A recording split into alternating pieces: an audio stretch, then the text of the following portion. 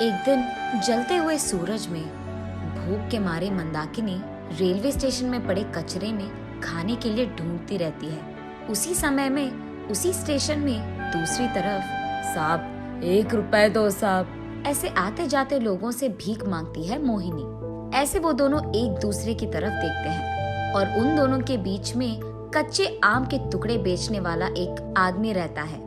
उस आदमी को देखते ही दोनों के आंखों में आंसू भर आते हैं। कैसे थे और कैसे बन गए, कहाँ रहते थे और कहाँ आ गए, ऐसे सोचते दोनों अतीत को याद करते हैं।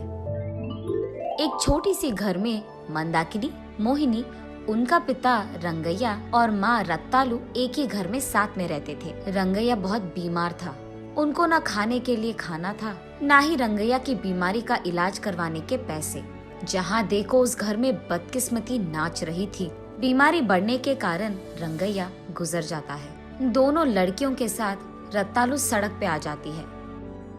हाथ में एक फूटी कौड़ी भी नहीं है और दोनों बच्चों भूख के मारे रो रहे हैं। कुछ भी करके इनका भूख मिटाना होगा।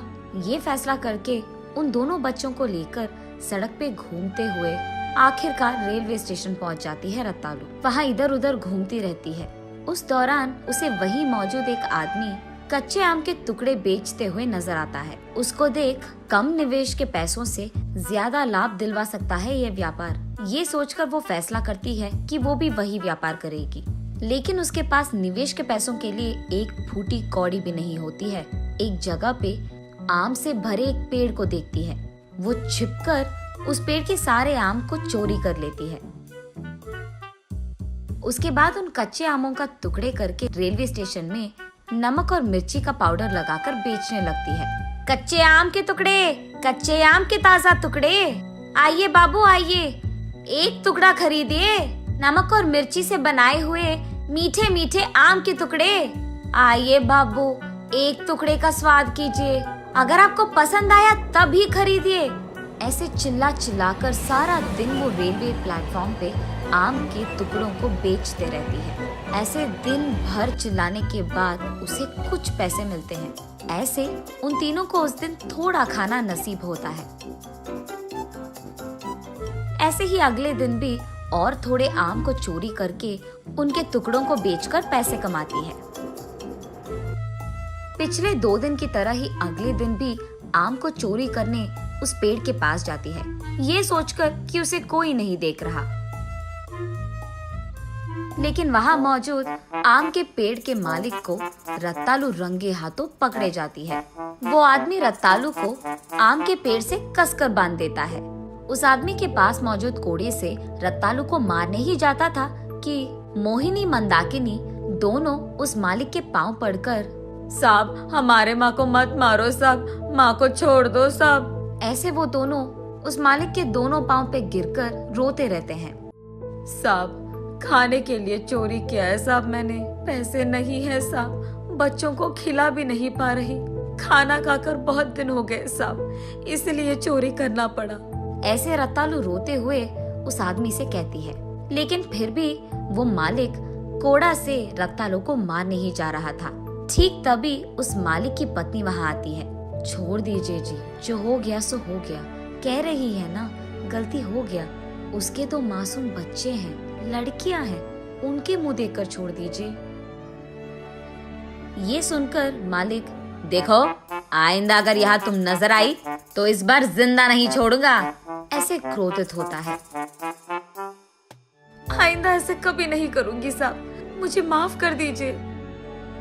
तब वहाँ उसके दोनों बच्चों को लेकर रत्तालू निकलने ही जा रही थी कि मालिक की बीवी वहाँ आकर, ये लो ये कच्चा आम लेकर जाओ और कभी भी चोरी मत करना, ऐसे कहती है। वो आम लेकर, जी मैम साहब। वहाँ से उस आम को उसके दोनों बच्चों को लेकर रत्तालू घर जाती है। उस पके आम को दोनों में बांटकर खिला देती है रत्तालू। बचे हुए बीज को वो बाहर बरामदे में फेंक देती है। उस रात पूरा वो अपने बच्चों को अपने पास सुलाकर रोते ही रहती है कि उसकी जिंदगी भला ऐसे क्यों हो गया। अगली सुबह जब रत्तालू के बच्चे दोनों बाहर आते हैं, ये देखते हैं कि उनके घर के बरामदे में भरा सा आम का पेड़ था। रातों रात उगे इतनी बड़ी आम के पेड़ को देख दोनों चौंक जाते हैं। वो ये अपने माँ को दिखाकर कुछ देर बाद तीनों होश में आते हैं। खुशी के मारे कुछ पके आम, कुछ कच्चे आम लेकर तीनों उन आमों को रेलवे स्टेशन ले जाकर एक कच्चे आम, एक पके आम और एक कच्चे आम के टुकड़े बेच रहे थे। उस दिन से वो जितने भी आम पेड़ से तोड़ रहे थे उतने ही अगले दिन तक उग रहे थे। ऐसे वो लोग एक साल में सारे गर्मी के मौसम में जितने भी आम आते थे उनको भरपूर बेचते थे। ये करके आए हुए पैसों से वो बाकी सारा साल भी खुशी से जी लेते थे। ऐसे कुछ साल गुजर जाते हैं। मोहिनी और मंदाकिनी भी बड़े हो जाते हैं। रत्तालू बीमार होती है और उसके गुजर जाने से पहले दोनों बेटियों को बुलाकर ऐसे कहती है, तुम दोनों में बंटवारा करने के लिए मेरे पास कोई जायदाद नहीं है, क्योंकि तुम दोनों को भी पता है कि इतने दिन हम कैसे जिए। हाँ, अब मेरे पास ज्यादा वक्त नहीं है। अब से तुम दोनों एक दूसरे का सहारा बनो। अब हमारे पास सिर्फ ये घर और हमारे बरामदे की वो आम की पेड़ बचा है। इन सब का इस्तेमाल करके तुम दोनों को जिंदगी में सफल होना होगा। ये कहकर रत्तालू गुजर जाती है। उसके कुछ दिन बाद मोहिनी मंदाकिनी से ऐसे कहती है, माँ की आखिरी इच्छा ये थी कि इस घर और उस पेड़ का इस्तेमाल करके हमें सफल होना है। मैं अपना हिस्सा बेचकर शहर जाना चाहती हूँ। कहो, तुम्हें घर चाहिए कि पेड़? ऐसे कहती है। अगर हमारा आधा आधा हिस्सा है तो दोनों चीजों की आधा हिस्सा मिलनी चाहिए ना। अगर घर एक और पेड़ एक ले लेगा तो वो आधे में बंटवारा कैसे होगा? वैसे इन सबको बेचकर आए हुए पैसों से तुम शहर में कितने ही दिन रह पाओगे? यही रहकर हम दोनों एक व्यापार शुरू करते हैं। अगर दोनों का आधा हिस्सा बंटवारा करेंगे तो उनको बेचना मुमकिन नहीं होगा, और वैसे भी मुझे यहाँ नहीं रहना है। ठीक है, फिर तुम ही इन दोनों का बंटवारा कर दो। उसमें क्या बड़ी बात है? घर में आधा हिस्सा मेरा, आधा तुम्हारा। पेड़ का ऊपर हिस्सा मेरा और नीचे का भाग तुम्हारा। ये तो नाइंसाफी है।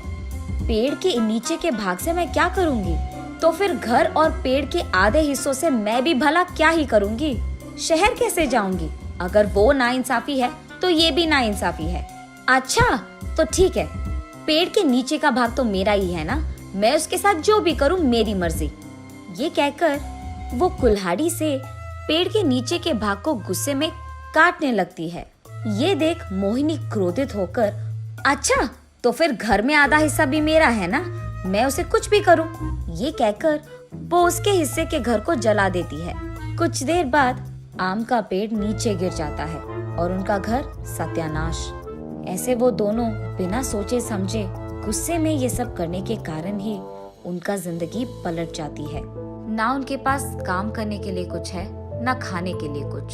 सड़क पे भीख मांगते हुए रह गए। ये सब याद आने के बाद वो वर्तमान में आकर यही सोचते रहते हैं कि सोच के बिना किए हुए इस हरकत का इतना बड़ा परिणाम होगा, ये उन्हें नहीं पता था। लेकिन अब बहुत देर हो चुकी थी। नैतिक दरवाजा खड़खड़ाकर आए हुए किस्मत को और मौके को कभी ना नहीं करते। अगर उनका सही उपयोग नहीं किया तो जिंदगी पलट जाएगी।